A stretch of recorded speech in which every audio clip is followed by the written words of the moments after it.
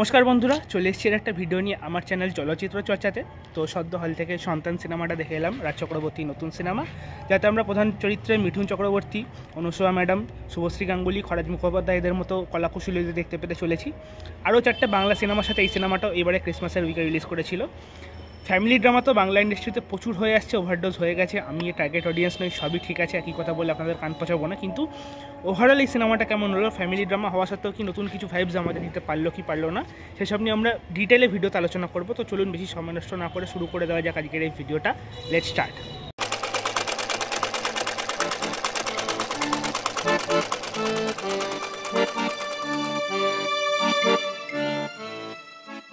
তো শুরুতেই হাত জোর করে ক্ষমা চেয়ে নিচ্ছি, কারণ আমি বাইরে আছি, এখনও ঘরে যাওয়ার সময় পাইনি এবং ব্যাকগ্রাউন্ড নয়েজের জন্য দুঃখিত। আশা করি আপনারা মানিয়ে নেবেন। তো যাই হোক, সময় নষ্ট না করে যদি আমরা চলে আসি, ওভারঅল সিনেমাটা আমার কেমন লাগলো দেখুন। রাজ চক্রবর্তী আর যাই কিছু পারুক না পারুক, আমরা তাকে অনেক হ্যাটা করি, জেরক্স মেশিন বলি বা যাই বলে নিই, সে কিন্তু একজন ভালো ডিরেক্টর। কেন? কারণ সে তার অভিনেতাদের দিয়ে ভালো পারফরমেন্সটা বের করে নিতে পারে। পারফরমেন্স দিয়ে শুরু করি ওভারঅল। আচ্ছা, তার আগে গল্পটা ছোট্ট করে যদি একটু বলে দিই। এখানে গল্পে আপনারা ট্রেলারে দেখেছেন সেটাই, মিঠুন চক্রবর্তী এবং অনুসয়া ম্যাডাম তারা স্বামী স্ত্রী ভূমিকা অভিনয় করছেন এবং তাদের ছেলে হচ্ছে এখানে ঋত্বিক চক্রবর্তী, যে মা বাবাকে একদমই দেখে না, মা বাবার সামনে ক্লেম করে তার কাছে একদমই পয়সা নেই, তার বিশাল খরচা, কিন্তু নিজের যে ফুর্তি হয় সেটা বিদেশে ঘুরতে যাওয়া থেকে শুরু করে নিজের ম্যারেজ অ্যানিভার্সারি পালন, সেগুলোতে কোনো টাকার অভাব দেখা যায় না তার, অর্থাৎ বাবা মাকে সে দেখে না। তাই জন্য মিঠুন চক্রবর্তী কোর্টে কেস করে, শুভশ্রী গাঙ্গুলি তার উকিল হয় এবং অপরদিকে খরাজবাবু ঋত্বিক চক্রবর্তীর উকিল হয়। একটা কোর্টরুম ড্রামাও সিনেমার মধ্যে আমরা দেখতে পাই সেকেন্ড হাফে। তো পজিটিভ দিক নেগেটিভ দিক কী লাগলো আমার, সবার প্রথম বলবো যেটা বলছিলাম, রাজ চক্রবর্তী তার পারফর্মারদের দিয়ে এত সুন্দর ছেকে ঠিক যতটুকু পারফরমেন্স দরকার ততটুকু বের করতে পারে, সেটা কিন্তু বাংলা ইন্ডাস্ট্রিতে অনেক কম ডিরেক্টর আছে পারে। এখানে মিঠুন চক্রবর্তী, অনুসয়া ম্যাডাম, এদের পারফরমেন্স নিয়ে তো নতুন করে বলার কিছু নেই, তাদের পারফরমেন্স নিয়ে বলা মানে নিজেকে লজ্জিত করা। ইভেন ঋত্বিক চক্রবর্তীও, ইনফ্যাক্ট সমস্ত কলাকুশলীরাই সিনেমায় দারুণ দারুণ অভিনেতা অভিনেত্রী, শুভশ্রী, খরাজবাবু প্রত্যেকে।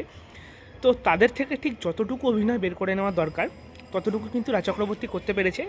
এখানে আমি জাস্ট একটাই সিনের কথা বলবো যেখানে আমার মিঠুন চক্রবর্তীর অভিনয়, মানে সে হয় না একটা বুক ভেঙে যাওয়া অভিনয়, সেটা লেগেছে। যে সিন আছে একটা, মিঠুন চক্রবর্তী তার স্কুলের রিউনিয়ন হবে 20 বছর পর, সেটা যেতে চায় এবং যেতে পারে না, একটা কাজ চলে আসে তার, এবং একটা জায়গায় সে আটকে যায় এবং সে যে আটকে যায় সোফায় বসে একটা রিয়াকশান দেয় সে।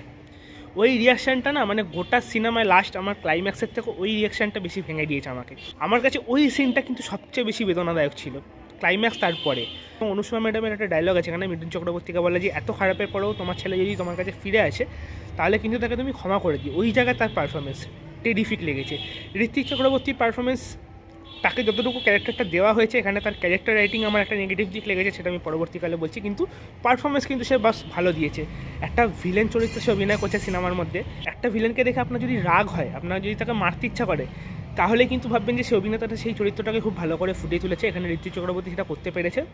শুভশ্রী গাঙ্গুলি একটা এক্সটেন্ডেড ক্যামিও রোলে ছিল বলা যেতে পারে, তো তারও পারফরমেন্স ঠিকঠাক। কিছু কিছু জায়গায় আমার তার পারফরমেন্স একটু লাউড মনে হয়েছে, সেটা কোর্টরুম ড্রামা, এবং খরাজবাবুরও বেশি কিছু খুব একটা করা ছিল না এবং তারও পারফরমেন্স মানে ভালো লেগেছে। খারাপ কারুর পারফরমেন্স এখানে হয়নি। তো এইগুলো পারফরমেন্স।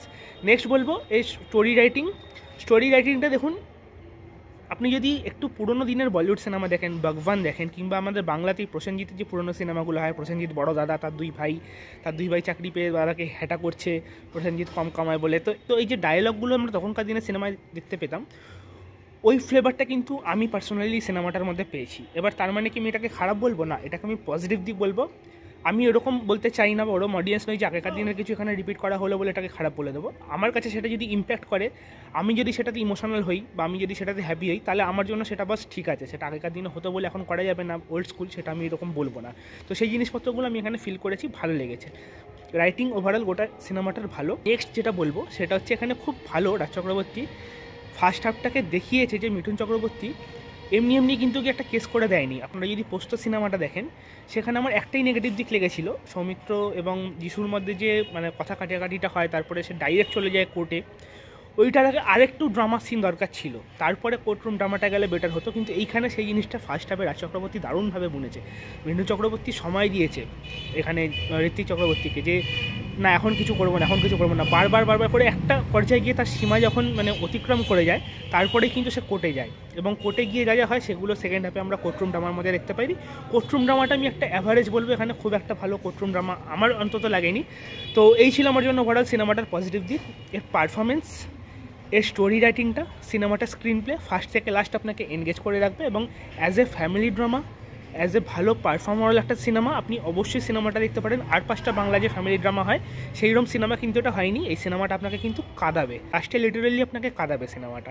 এবার ডাইরেক্ট যদি চলে আসি সিনেমাটার আমরা নেগেটিভ দিকে, দেখুন ঋত্বিক চক্রবর্তীর যে ক্যারেক্টারটা এখানে লেখা হয়েছে না, এই জিনিসটা আমার জন্য একটু নেগেটিভ, একটু না ভালোই নেগেটিভ দিক লেগেছে। দেখুন একটু আগে বললাম কথাটা যে একটু পুরোনো দিনের সিনেমা ওল্ড ভাইবস বা ওয়ানে যেমন করা হতো, তখন দেখবেন যে একটা ছেলে তার বাবা মার সাথে মানে খুব বাজে ব্যবহার করছে, ঠিক আছে। এবার এখনকার দিনে না সেটা হয় না, এই কারণেই বলছি যে আমরা পারিপার্শ্বিক দিয়ে যত দেখি, হ্যাঁ যেই ফ্যাক্টটা এখানে দেখানো হয়েছে সেটা কিন্তু একদম 100% ঠিক, ছেলেরা বাবা মাকে দেখে না, কিন্তু এখানে এই যে গায়ে ধাক্কা মেরে দিচ্ছে, হাত তুলে দিচ্ছে, এই জিনিসপত্রগুলো না একটু ওভার ড্রামাটিক হয়ে গেছে বলে আমার এই জিনিসগুলো মানতে অসুবিধা হয়েছে। হয়তো আপনাদের পয়েন্টটা বোঝাতে পারলাম না, আর একটু ক্ল্যারিফাই করি। প্রসঙ্গত একটা সিনের কথা বলি, এখানে যে ঋত্বিক চক্রবর্তী একটা জায়গায় একটু হাতাহাতি করে ফেলে মিঠুন চক্রবর্তীর সাথে, মানে মারা না ঠিক, মানে একটু ধাক্কা এরকম।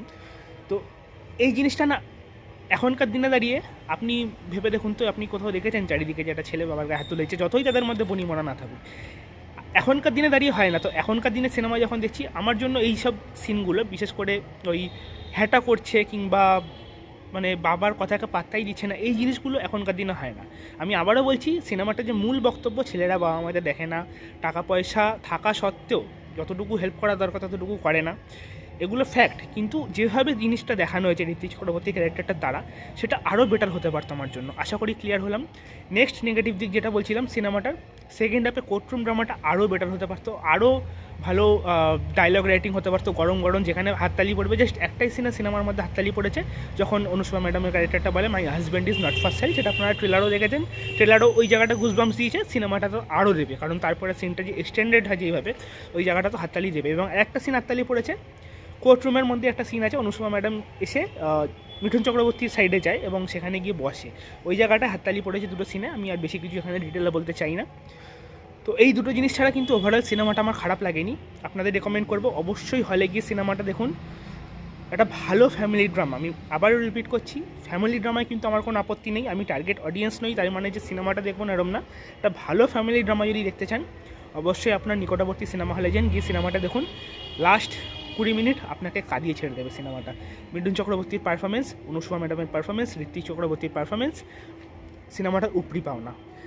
রাজ চক্রবর্তীকে স্যালিউট, এই সিনেমাটা লাস্ট 20 মিনিট এতটা ইমোশনাল করে দিয়েছিল, মানে হল থেকে বেরিয়ে যদি আমি ভিডিওটা করতাম হয়তো অন্য একটা রিয়াকশান বেরোতো আমার, তাই একটু টাইম নিয়ে ভিডিওটা করলাম, এখনও ঘরে যাইনি বাই দ্য ওয়ে। ডাইরেক্ট যদি চলে আসি সিনেমাটার রেটিংয়ে, আমি সিনেমাটাকে 8 আউট অফ 10 স্টার্স দেবো। অ্যাডাল্ট সিনের কথা কিছু নেই, বাচ্চা থেকে বড় সবাই সিনেমাটা দেখতে পারে। বাচ্চাদের তো বেশি করে দেখানো উচিত সিনেমাটা, কারণ তারাই আমাদের ফিউচার, এবং এই সিনেমায় যে মেসেজটা দেওয়া আছে সেটা যেন ফিউচারে না হয়, তার জন্যই সিনেমাটা বেসিক্যালি বানানো। আপনাদের যদি ওভারঅল সিনেমাটা দেখা হয়ে গিয়ে থাকে, আপনাদের কি বক্তব্য সেটা আমার সাথে ভিডিও নিচে কমেন্টে লিখে জানাতে ভুলবেন না। এবং আমার এই ভিডিওটা ভালো লেগে থাকলে ভিডিওটাকে লাইক করে দেবেন, চ্যানেলটাকে সাবস্ক্রাইব করতে ভুলবেন না। দেখা হচ্ছে আবার পরে ভিডিও, এখন আমাদের টাটা বাই।